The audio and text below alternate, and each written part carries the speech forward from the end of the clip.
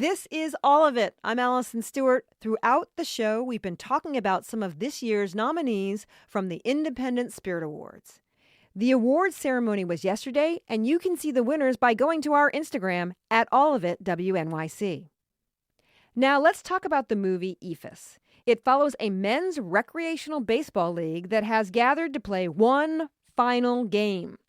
Their small-town baseball field is being destroyed in order to make room for a new school. And while these New England men are far from professionals, in fact, some of them are drunk the whole game, baseball is one of the ways they can feel like they are part of something bigger. Eephus follows the players and a few dedicated spectators as they take the field together one last time. The film was nominated for Best Editing at this year's Independent Spirit Awards. It is also recognized in a category for lower budget productions. When I sat down with writer, director, and editor Carson Lund to talk about the film, I started by asking him to explain the film's namesake, the Eephus pitch. Eephus pitch is a pretty rare pitch. It's not thrown very often anymore. It was invented in the early 1900s by this guy, Rip Sewell, and then kind of popularized by Bill Lee in the 1970s. Bill Lee, known as Spaceman, because he's quite an outsider within the history of baseball, played for years for the Red Sox and also the Montreal Expos, and he's in the film as well. The Eephus pitch is a slow lobbed pitch that is so radically slow relative to the other pitches that are thrown that it catches the batter off guard and reorients their sense of time, and they swing too early or way too late, and they're just thrown off completely by this pitch. The term actually derives from Hebrew, Eephus, which means nothing or avoid, because it's sort of like it's a nothing pitch, Yeah. you know. Well, why was it the right name for the film? Well, first of all, the film is a comedy, and I think the word is funny. That's the simplest answer. But I also think within the canon of baseball films, this one's a little peculiar in terms of really, I think, being faithful to the rhythm of the game, which many describe as slow. For me, it's in all that slowness or those mundane periods between the action. There's so much going on. There's so much richness, and especially if you play it, you feel that. As you know, with your teammates, there's all these opportunities for socializing. So I think that the film is, in its own way, a slow lobbed pitch that helps you kind of rethink your relationship to the passing moment and makes you more present.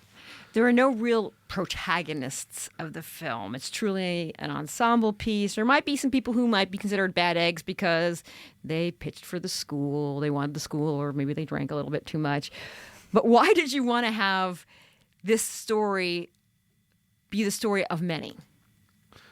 It is the story of many. That's why, because everyone's kind of having the same realization. They're coming to the same conclusion, and they have to say goodbye to this ritual. And with it, a version of themselves that they all share on that field. You know, it's different from what happens in the rest of their lives. The field is a refuge, or it's an escape for them.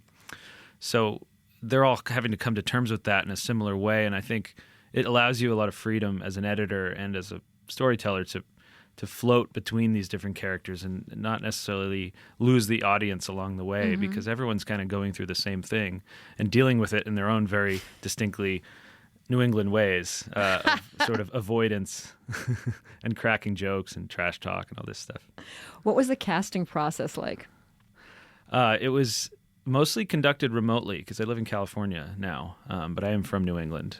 So a number of players or cast members were people I'd worked with prior from the Boston area when I went to school at Emerson there. And then a number of them were new to me, and I found them on casting websites in the Boston area, and I conducted it all like over Zoom and had to kind of ask them to throw a pitch on a Zoom call.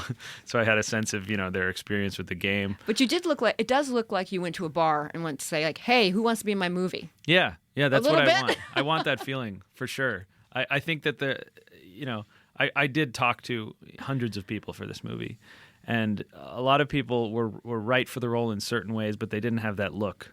And for me, I really want that look, a sense that someone has lived a life, and I think those faces we've kind of lost them from the screen. The over film, the years. yeah, the film takes place in New England. Glad to hear you're from New England. There were a lot of little details about New England in there, like that the manhole covers were triangle shaped versus circular. What did you want to add? Why did you want those little details for the film? Well, I think baseball obsessives will tell you that some of what they love about the game is dwelling in these little details, dwelling in the stats and categorizing players and all this stuff. I think for us as filmmakers, we're also interested in those details, the regional details, the things that are very specific to the New Hampshire town where I grew up and also my co-writer, Mike Bosta, grew up. I also had another co-writer, Nate Fisher, who grew up in Rhode Island, and he brings some of his details into that, including the name Adler's Paint is derived from Adler's Hardware in Providence, Rhode Island. I'm aware. Okay. And I like this kind of profusion of details in the movie that just sort of washes over you and gives you a real sense of space and time that another thing I think we're losing from movies is a real sense of space and time because everyone seems to shoot in the same locations because they're tax hubs, you know? So everything's in Atlanta. So you don't know where, yeah, exactly. You don't know where any movies are set anymore. So I guess as like an overcorrection for that, I try to load the film up with all these details that I remember from the 90s in New Hampshire. A school is going to take over Soldiers Field. It could have been anything. Why did you pick a school? Yeah, the easy thing to do would have been a mini mall or some sort of high-rise development, you know, and that does happen, you know, in the modern world for sure. But I think it would have let the characters off the hook too much. They're all frustrated and they're bitter about the fact that this is all coming to an end for them. But I think that by making it something that's positive for society, at least at face value, you know, a school for children, it makes them have to wrestle with the fact that we're always dealing with change in our lives. You know, time passes and things change, and that's something we have to deal with, even if it's ultimately for the betterment of society. And so I think I think we can relate to these characters who, you know, have to deal with that. And I didn't want it to be a didactic film about one specific evil that you can point to, or you know, gentrifying force, because that would have, I think, narrowed the film in a lot of ways. It would have made it too easy. Yeah. I want to read you this quote from the IndieWire review of your movie. It says, "A lot of ink has been spilled over the loneliness epidemic that plagues American men in the 21st century, but few films crystallize the problem as efficiently as Eephus." Was this something you were thinking about? Certainly.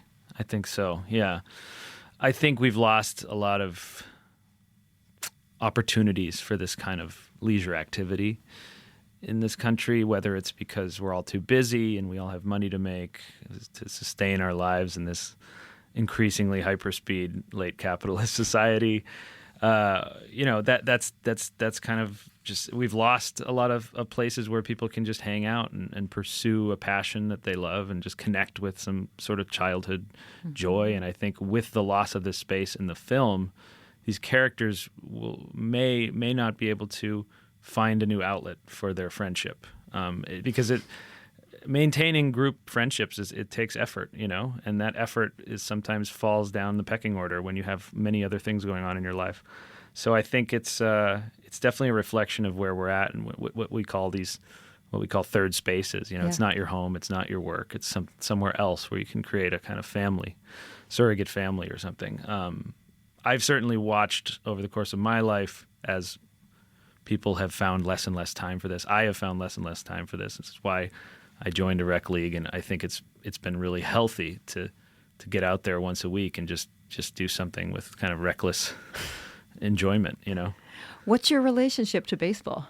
I've played my whole life. I was very, very competitive about it when I was younger, and I was in traveling leagues, and there was maybe a chance that if I had really pushed myself and gotten to the weight room more, that I could have actually gotten to the next level. But I grew a little bit tired of the whole culture around it and the stress and the pressure, and I didn't like being in the weight room at all. So I just got more into films at the same time, and I left the sport for a while, but I did come back. And when I went to California and the weather was so nice, the baseball just felt like it was in the air.